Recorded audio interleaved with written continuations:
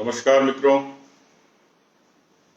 आप सबको महावीर जयंती की शुभकामनाएं। जैसा कि हम सब जानते हैं, जैन पंथ धैर्य, संयम, अहिंसा, अपरिग्रह, अस्तेय इन सब चीजों की प्रेरणा देता है। आज के समय में भगवान महावीर की शिक्षाएं प्रासंगिक हैं। 23 तीर्थंकर में से भगवान महावीर अकेले ऐसे तीर्थंकर थे जिन्होंने अकेले दीक्षा ली, यानी आइसोलेशन का जमाना है। मुख पर पट्टी का जो वायरस से बचाव का एक सीधा सीधा संदेश देती है। आहार और व्यवहार का संयम, ये जैन पंथ की प्रमुख शिक्षाओं में से है। इसलिए मैं भगवान महावीर को आज श्रद्धा से याद करता हूं और आप सब लोगों को शुभकामनाएं देता हूं भगवान महावीर जयंती की। आज मैं आपसे जुड़ा हूं रूबरू होने के लिए कोरोना का वैश्विक संकट और इस संकट में जनता की भागीदारी और हमारी भूमिका, हमारी यानी मैं और आप सब। बड़ा संकट, लेकिन पूरी दुनिया के समक्ष, और केवल अकेला ऐसा संकट नहीं। लोगों ने स्मृतियों में बताते हैं स्पेनिश फ्लू का कहर, कभी प्लेग का हमला, कभी चेचक, कभी भूकंप, इस तरीके की अनेक त्रासदियां इस पृथ्वी ने झेली हैं। भारत में भी हम लोग साक्षी हैं अनेक किस्म की चुनौतियों के। एक लहर का मुकाबला किया सब लोगों ने मिलकर। मैं आज सियासत की बात नहीं कर रहा, लेकिन यह भारत की खूबसूरती है कि जब जब संकट आया, चाहे प्लेग का संकट था, चाहे किसी किस्म के युद्ध थे, 65 का युद्ध याद करें कि माननीय प्रधानमंत्री उस समय के तत्कालीन लाल बहादुर शास्त्री की अपील पर देश ने उपवास रखा और किस तरीके से सैनिकों के सम्मान के लिए जनता सड़कों पर उमड़ती थी। अपने जेवर तक लड़ाई के लिए सेना को सुपुर्द कर दिए। कारगिल के युद्ध को कौन भूल सकता है कि जब प्रधानमंत्री रक्षा कोष में कारगिल के उन जांबाज सैनिकों की मदद के लिए पूरी जनता सड़कों पर थी, तिरंगे हाथ में थे।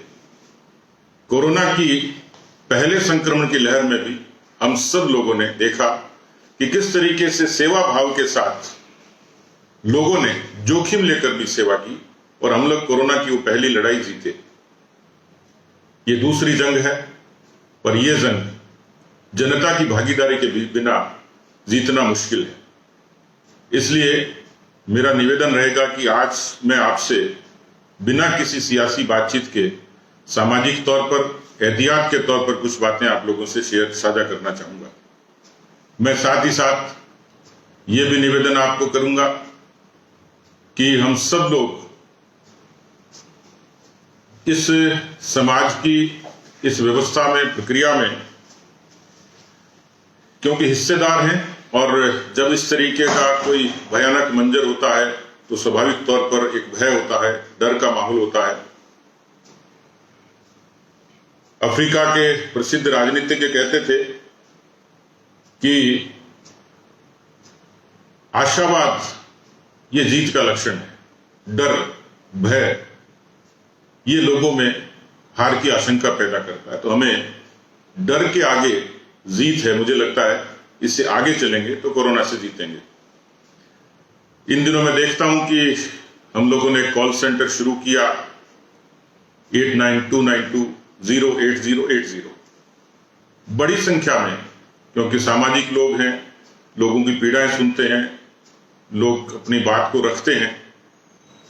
पर मुझे लगता है कि जो ज्यादा क्वेरीज आती हैं, सामान्य तौर पर रेमडेसिविर इंजेक्शंस की, ऑक्सीजन की, आईसीयू की, तो कुल मिलाकर माहौल में किस तरीके का पैनिक है।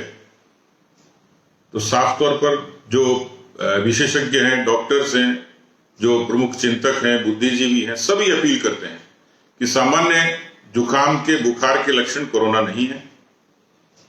यदि गंभीर लक्षण है तो जांच जरूर कराएं। घर में आइसोलेशन में देख रहा था कि जो आंकड़े थे 4,98,000 के लगभग कोरोना के संक्रमण के आंकड़े, लेकिन उन्हीं आंकड़ों में से 3.5 लाख से भी ऊपर ऐसे आंकड़े हैं जो रिकवरी वाले हैं, ठीक होने वाले हैं। इसका मतलब साफ है कि हम सब लोग यदि प्रारंभिक तौर पर गंभीर लक्षण नहीं है, मॉडरेट हैं, सामान्य लक्षण है, तो हम लोग घर में रहकर इस कोरोना का इलाज पा सकते हैं। मेरे आमेर के सीएचसी और पीएचसी के तमाम डॉक्टर्स से बात हुई। उस एरिया के तमाम क्षेत्र में वो लोग घरों में उन आइसोलेट जो पेशेंट्स हैं उनकी काउंसलिंग कर रहे हैं, दवाइयां वहां देते हैं, उनके परिजनों की देखभाल करते हैं। तो एक सकारात्मक माहौल वहां बना हुआ है। इसलिए कोरोना के लिए जो पहली हिदायत है, जो मेरा पहला विनम्र निवेदन है, मेरा आग्रह आपसे कि किसी भी तरीके से घबराए नहीं। ये बात सही है, संक्रमण घातक है, सुविधाएं उतनी पर्याप्त नहीं है, अस्पतालों में भीड़ है, ऑक्सीजन की, रेमडेसिविर की डिमांड है, पर धीरे धीरे हम देख रहे हैं कि वो लगातार एक सकारात्मक तरीके से आपूर्ति होती जा रही है।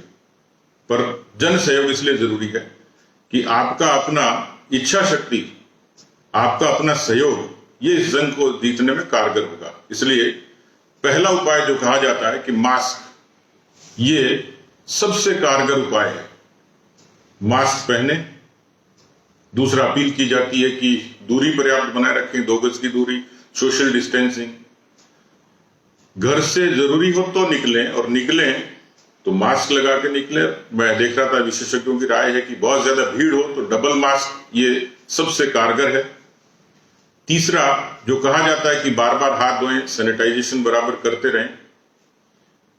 एक जो चौथा और प्रमाणिक उपाय है वो है वैक्सीनेशन का।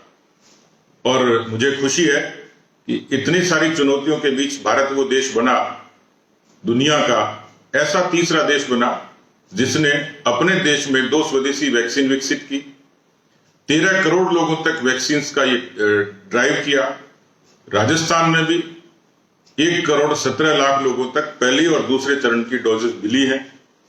और अब क्योंकि 18 वर्ष से ऊपर के आयु वर्ग के नौजवानों को भी वैक्सीनेशन के लिए सरकार ने एक किस्म से आदेश दिया है, निर्देशित किया है, तो मुझे लगता है कि वैक्सीनेशन, इसके लिए आज भी जागरूकता की जरूरत है। क्योंकि अमेरिका सहित जो प्रगतिशील देश है, उनके शोध और हमारे खुद आईसीएमआर के आंकड़े ये कहते हैं कि 2 बार डबल डोज लिया हुआ वैक्सीनेटेड व्यक्ति, संक्रमण का खतरा उसमें 1% से भी कम है, यानी 99.99%। ये अमेरिका की रिसर्च एजेंसी कहती है और भारत की आईसीएमआर कहती है। इसलिए वैक्सीनेशन के लिए जागरूकता बहुत नीचे तक जरूरी है।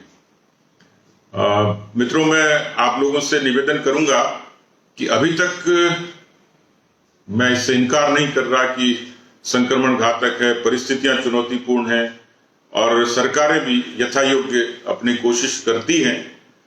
इसमें किसी किस्म की सियासत की आवश्यकता नहीं, क्योंकि जनता की कल्याण और जनता की रक्षा हमारा फर्ज है। मैं माननीय प्रधानमंत्री जी को धन्यवाद दूंगा कि अमेरिका से 10,000 मैट्रिक टन ऑक्सीजन के लिए उन्होंने तुरंत ऑक्सीजन कंसंट्रेटर का आदेश दिया।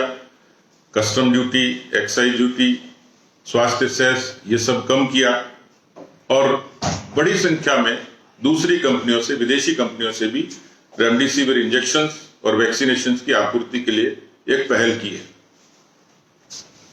देश के वैज्ञानिक और देश के डॉक्टर्स चिंतित हैं।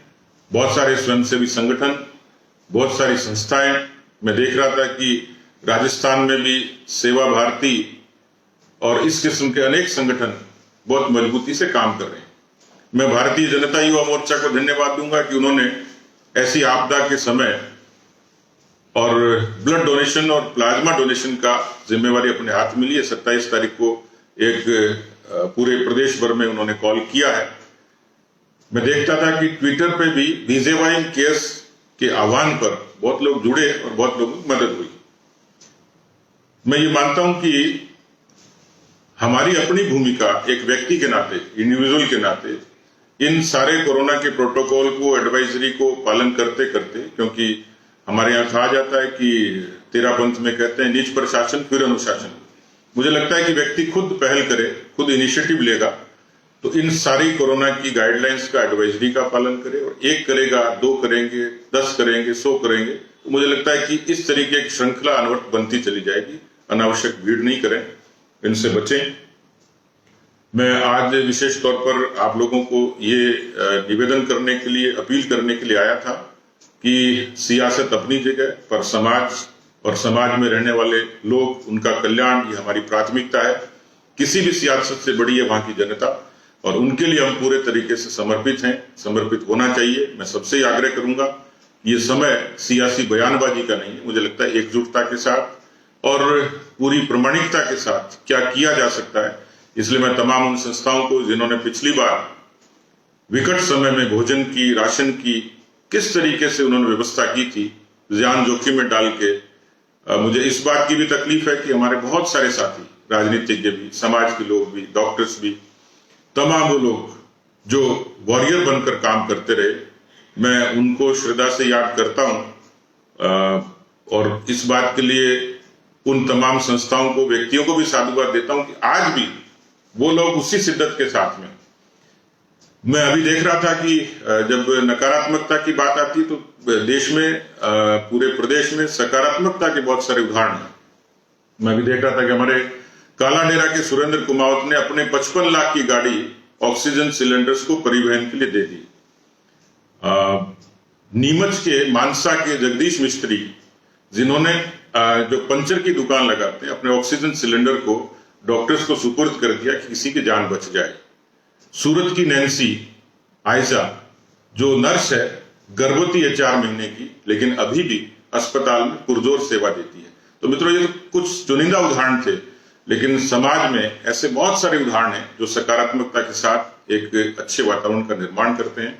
इसलिए मैं आग्रह करूंगा मरीजों को, परिजनों को, शुभचिंतकों को, समर्थकों को, आमजन को कि बहुत धैर्य के साथ, क्योंकि महावीर जयंती और भगवान महावीर का जीवन और जैन धर्म यही संयम की और धैर्य की परीक्षा, धैर्य की प्रेरणा देता है। तो ये परीक्षा का समय है, लेकिन मुझे लगता है कि हम परीक्षा में उत्तीर्ण होंगे धैर्य के साथ, संयम के साथ, एक सकारात्मकता के साथ। बहुत सारी चीजों को जीता जा सकता है, और इसलिए आज मैं आपसे रूबरू हुआ हूं। भारतीय जनता पार्टी ने, क्योंकि कई प्रश्न मेरे साथ आए हैं, मैं उन प्रश्नों के माध्यम से भी आप लोगों के बीच में इन चीजों की चर्चा करूंगा।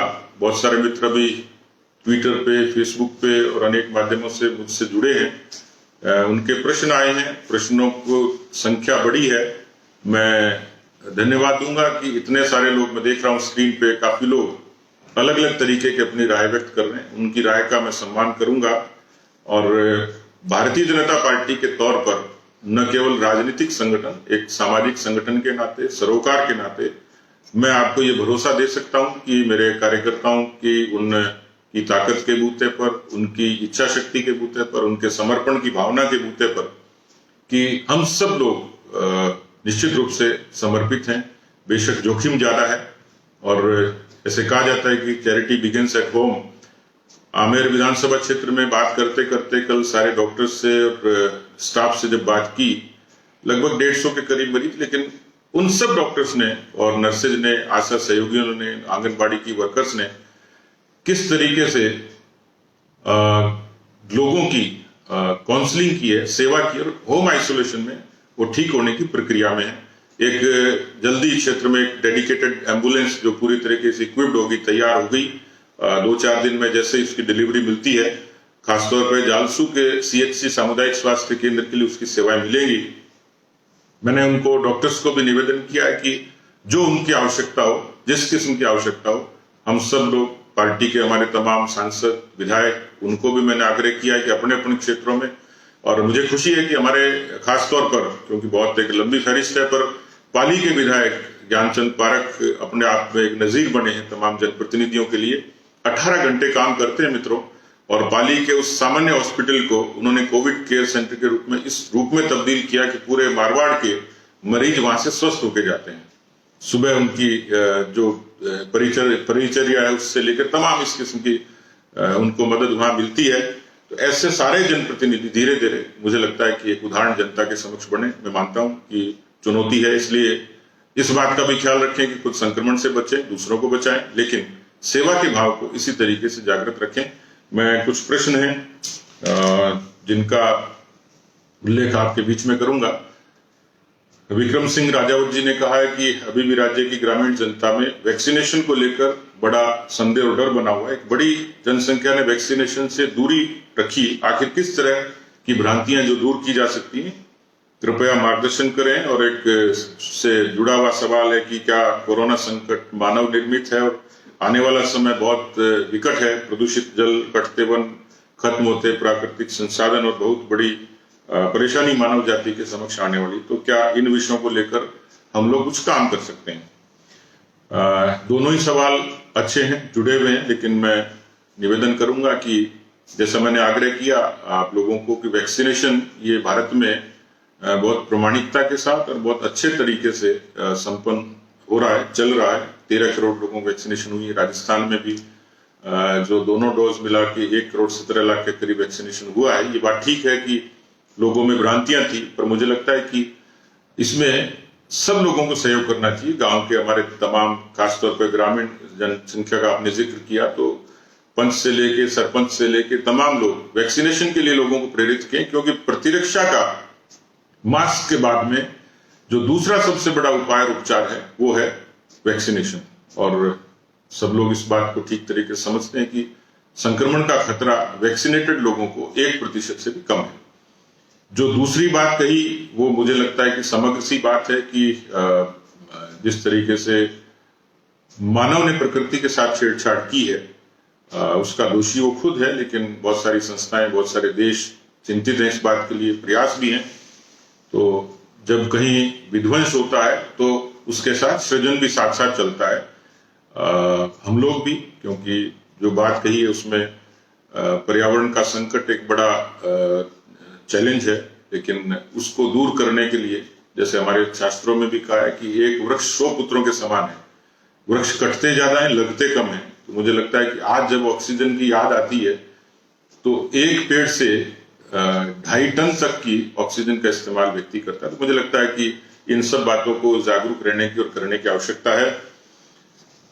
विनायक शर्मा जी कहते हैं, there is lots of malpractices of remdesivir injection and charging 20 times high price for the remdesivir injection. People are scared and afraid of COVID situation, but some people are talking the advantage of this situation. Obviously, this is social evil and government is trying to keep all these things restricted and controlled. तो मुझे लगता है कि इस पर भी सरकार भी कोशिश कर रही है, और जो बदनीयत के लोग हैं वो इस आपदा को भले ही अवसर मानते होंगे, पर मुझे लगता है प्रकृति न्याय करेगी और करती भी है। ऐसे लोग निश्चित रूप से जेल के शिक्षों के पीछे भी होंगे और समाज भी उनको और ईश्वर भी उनको दंड देगा।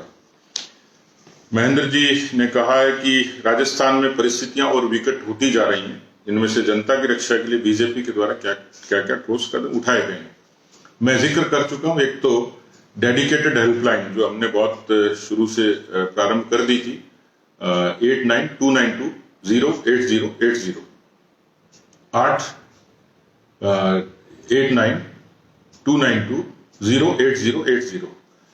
ये 24 घंटे की हेल्पलाइन है और इसमें पार्टी की एक समर्पित टीम इस पर काम कर रही है। लगभग 4000 के करीब कॉल्स आए हैं। वैसे स्वाभाविक रूप से मैंने जिक्र किया कि रेमडेसिविर इंजेक्शन, ऑक्सीजन और आईसीयू की डिमांड ज्यादा थी, पर कहीं भोजन की भी थी, कहीं काउंसलिंग की थी, कहीं लोगों ने अलग अलग तरीके से बात की है। इसमें एक्सपर्ट डॉक्टर्स भी हैं, हमारे डॉक्टर माधु सिंह हैं जिनके पास में इसी तरह की कॉल्स आती हैं, और वो बताया उन्होंने एक अच्छा अनुभव था कि उनके पास भी लगभग 500 के करीब कॉल्स थी, जिसमें सामान्य पैरासिटामोल से होम आइसोलेट व्यक्ति ने भी अपना ट्रीटमेंट किया है। कुछ साथ साथ जो आयुर्वेदिक और योगा प्राणायाम से संबंधित काउंसलिंग होती है वो बताते हैं, लेकिन जो क्योंकि एक कारगर उपाय है कि जब आप घर में हैं तो इन सब चीजों को अपनी इम्यूनिटी बूस्ट करने के लिए, इम्यूनिटी को बढ़ाने के लिए इनका कारगर उपाय कर सकते हैं। तो ये जो हेल्पलाइन है इसको हम रेफर करते हैं संबंधित जिलों में, वहां के सांसद, वहां के विधायक, वहां के जिला अध्यक्ष, जिला प्रभारी, उनको सबको उन जिलों की समस्याओं को रेफर करते हैं। हम सरकार को भी बराबर लिखते हैं, सरकार को बराबर संपर्क में रहते हैं, उनको बताते हैं कि इस तरीके से हमारे पास ये फोन आया है इस पर क्या किया जा सकता है। तो कुल मिलाकर सुनना, काउंसलिंग करना और उसके बाद समाधान देना, ये हेल्पलाइन आज नहीं तो कल धीरे धीरे समाधान की दिशा में जा रही है। मुझे लगता है कि अभी शुरुआत की है, जिस मैंने BJYM केयर्स का जिक्र किया, प्लाज्मा और ब्लड डोनेशन का काम जो मनोबल भी बढ़ाएगा और पूर्ति भी करेगा। अभिषेक आचार्य जी का प्रश्न है कि हम गांव तक कैसे मदद पहुंचाएं, क्योंकि गांव के अधिकांश लोग सोशल मीडिया से दूर रहते हैं। मुझे लगता है कि अब सोशल मीडिया की अप्रोच गांव में बहुत नीचे तक है, और लेकिन सोशल मीडिया दुधारू तलवार है और इसलिए गांव में कोई भ्रांति नहीं फैले, इस बात का खासतौर पर ख्याल रखने की आवश्यकता है। वैसे तो जो एजेंसीज बनी हुई है उनके माध्यम से हम लोग कोशिश करते ही हैं कि पार्टी का नेटवर्क बूथ तक है, ग्राम पंचायत तक है, शक्ति केंद्र तक है, मंडल तक है, तो तमाम इस किस्म का नेटवर्क जो है इस समय बेहद उपयोगी है, उसका उपयोग हम लोग कर सकते हैं। सोशल मीडिया की रीच मैं इससे इत्तेफाक नहीं रखता, बहुत गांव तक नीचे तक है, और वो पहुंच जो है वो सकारात्मक संदेश के जरिए लोगों में एक अच्छी पॉजिटिविटी पैदा कर सकती है, भ्रांतियों को भी दूर कर सकती है, और मदद के लिए जितनी संस्थाएं काम करती हैं उनका उल्लेख भी इसके माध्यम से किया जा सकता है। सुधाकर पुरोहित जी कहते हैं कि लॉकडाउन आगे बढ़ता है अथवा इससे अधिक कठिन किया जाता है तो ऐसे मजदूरों के पलायन और गरीबों के भरण पोषण की विकट समस्या आ सकती है। क्या पिछले वर्ष के समान ही बीजेपी राजस्थान संगठन भोजन और राशन अन्य संसाधनों से सहायता करेगा? निश्चित रूप से अभी भी हम लोगों ने जो प्रवासी मजदूर हैं उनके एम्प्लॉइज को आग्रह किया है कि उनको एक अच्छा वातावरण दें, और पार्टी भी अपने स्तर पर उन प्रवासी श्रमिकों को जो बाहर के प्रदेशों से राजस्थान की अर्थव्यवस्था को गति दे रहे हैं प्रोडक्टिविटी में, उनके इम्यूनिटी के लिए उनको हम लोग काढ़े का और इस तरीके के आयुर्वेदिक दवाइयों का वितरण भी हम लोग कर सकते हैं, उनकी दुख तकलीफ को पूछ सकते हैं। स्वाभाविक रूप से संक्रमण ज्यादा होगा, परिस्थितियां विकट होंगी, तो भी हम लोग भोजन और राशन की सहायता के लिए पूरे तरीके से तत्पर हैं। हेमपाल जी ने कहा है कि जब त्रासदी आई तो केंद्र और राज्य सरकार ने पूरा बजट स्वास्थ्य विभाग पर लगाया था, कोरोना की इस लहर में मरीजों को सुविधाएं क्यों नहीं मिल रही? देखिए, इसमें एक थोड़ा विरोधाभास इसलिए है कि हमारे यहाँ इस तरीके की 100 साल में त्रासदी आई है, तो इंफ्रास्ट्रक्चर के लिहाज से इसमें मैं इनकार नहीं करता कि जो स्वास्थ्य का जो इंफ्रास्ट्रक्चर है उसको और ज्यादा विकसित करने की आवश्यकता थी। हम एक लहर से संभलते दूसरी लहर आ गई, बहुत ज्यादा घातक आई। मुझे लगता है कि हम इतिहास के तजुर्बों से सीख लेते हैं, और आने वाले समय में इस पेंडेमिक ने ये चेतावनी तो दे ही दी है कि हमें ग्रास रूट तक एक अच्छे हेल्थ इंफ्रास्ट्रक्चर की आवश्यकता है, जो अभी शुरू हो गई। हमारे क्षेत्र का मैंने जिक्र किया कि जालसू की CHC को हम लोगों ने आदर्श सामुदायिक स्वास्थ्य केंद्र में विकसित करने का निर्णय लिया। एक 35 लाख की डेडिकेटेड एम्बुलेंस जो तैयार हो रही है, और भी उपकरणों के लिए डॉक्टर्स को कहा है किसी किस्म की उनको कोई आवश्यकता रहे वो बताएंगे, हम लोग तत्पर हैं। पर ये ठीक है कि इन चीजों को दुरुस्त होने में थोड़ा समय लग सकता है, लेकिन आने वाले समय के लिए ये चीजें और ज्यादा उपयोगी और कारगर होंगी। निशांत जी का प्रश्न है कि क्या राजस्थान सरकार कोरोना की सेकेंड वेव को संभाल पा रही है और केंद्र सरकार के सहयोग निर्देशों को जमीन पे पहुंचा रही है? मुझे लगता है कि ये किसी भी जन कल्याणकारी सरकार का फर्ज है, वो जनता को इस बात के लिए आश्वस्त करती है, भरोसा देती है। तो एक जो हमारा कोऑपरेटिव फेडरलिज्म है, जो सहकारी संघवाद है, वो इस बात के लिए प्रेरित करता है कि सब लोग मिलकर लड़ें, सब लोग लोगों की मदद करें। तो निश्चित रूप से कुछ यदि कमी खामी किसी सरकार की रही है तो दूर करेगी। मनोज चौधरी जी का कहना है कि कोरोना लहर इतने खतरनाक रूप में आई ही क्यों? अब इस प्रश्न का तो कोई मुझे व्यवहारिक जवाब है नहीं, क्योंकि ये प्रकृति की मार है, एक प्राकृतिक इस किस्म का आक्रमण है जिसके बारे में बहुत पूर्वानुमान नहीं लगाया जा सकता था। लेकिन हाँ, ये बात ठीक है कि पहली लहर के बाद बीच में इतना अंतराल था कि जिसमें कुछ प्रदेशों में, खासतौर पे महाराष्ट्र ऐसे प्रदेश थे जिनमें बहुत चीजें ठीक की जा सकती थी, नियंत्रित की जा सकती थी। हरदेव जी ने कहा है कि इस बार जो पिछली बार भोजन, मजदूरों की सहायता, राशन, ये सारी चीजें हुई हैं, इस बार रेमडेसिविर इंजेक्शन, ऑक्सीजन अस्पतालों में जगह मिलने जैसे मामले आ रहे हैं, हमारा परिवार इसमें क्या सहायता कर रहा है। जैसे मैंने जिक्र किया, वो मैं आप लोगों को पहले कह चुका हूं कि हमारी हेल्पलाइन और हेल्पलाइन के जरिए हमारे जनप्रतिनिधि, पार्टी के सब कार्यकर्ता पूरी तरीके से इसमें जुड़े हुए हैं। विकास जी ने कहा है कि क्या भाजपा संगठन आने वाले समय में यह प्रयास करेगा कि कोरोना की तीसरी लहर आए ही नहीं। आपकी इसमें क्या जन भागीदारी रहेगी, क्या चुनाव प्रचार का भी तरीका बदला जाएगा। देखिए, तीसरी लहर हम लोग कैसे रोकेंगे, ये तो एक बड़ा चुनौतीपूर्ण प्रश्न है, लेकिन ईश्वर से कामना की जा सकती है कि इस तरीके की आपदा फिर से नहीं आए। जैसे हम श्रुतियों में सुनते हैं कि 100 वर्ष पहले ऐसी आपदा आई। बाकी जो डिजास्टर्स अलग अलग समय पे आए, जिसका जिक्र मैंने किया, कच्छ भुज का भूकंप है, प्लेग है, चेचक है, ये बहुत पुरानी बातें नहीं है। प्लेग का जब सूरत में हमला हुआ था 20 वर्ष पहले, सब लोग जानते हैं। तो मुझे लगता है कि हम लोग मानसिक रूप से जरूर अपनी इच्छा शक्ति को मजबूत रखें, सरकारें अपना इंफ्रास्ट्रक्चर मजबूत करें, ताकि इस तरीके की चुनौतियों से निपटा जा सके। लेकिन आपने पूछा एक सवाल अच्छा आपका कि क्या ऐसी महामारी के दौरान चुनाव प्रचार का तरीका बदला जा सकता है, कि मैं आपकी बात से सहमत हूं कि इस समय, क्योंकि एक तो आदतन हम लोग लापरवाह हैं, सामान्य तौर पर केवल चुनाव प्रचार नहीं, बाजारों की भीड़ देख सकते हैं, धार्मिक स्थानों पर भीड़ देख सकते हैं, या किसी अन्य स्थानों पर जिस तरीके का हम लोग पैनिक होके खुद ही भीड़ को पैदा करते हैं, तो राजनीतिक या राजनीतिक दल नहीं करते, पर जिस जन अनुशासन की बात सरकारें करती है, तो मुझे लगता है कि एक स्व प्रेरणा भी उसमें जरूरी है। पर मैं आपकी बात से सहमत हूं कि ऐसे महामारी में जैसा भी तरीका बंगाल में बदला गया कि खुद प्रधानमंत्री जी ने वर्चुअल रैलीज के जरिए लोगों को एड्रेस किया है, तो निश्चित रूप से ये पेंडेमिक और इस तरीके की महामारी हमें विवश करती है कि हम इसका कोई तौर तरीका बदलें। रवि शर्मा जी ने भी जो सवाल जो पूछा है कि किस तरीके से ऑक्सीजन और दवाइयां मुहैया करा सकते हैं, क्योंकि कांग्रेस की सरकार है जो अभी कार्यकर्ताओं की नहीं सुनते, तो मुझे लगता है कि उनको सुनना चाहिए। मंगल चौधरी जी ने कहा कि मुसीबत के समय भारत ने अमेरिका को तुरंत HCQ दवा उपलब्ध कराई और कई देशों को वैक्सीन भी दी। क्या भारत सरकार ऑक्सीजन, वैक्सीन, अन्य मेडिकल सप्लाई या सहायता लेने का विचार रखती है, अथवा भारत के संसाधन निकट भविष्य में इस आपदा से लड़ने के लिए पर्याप्त है क्या।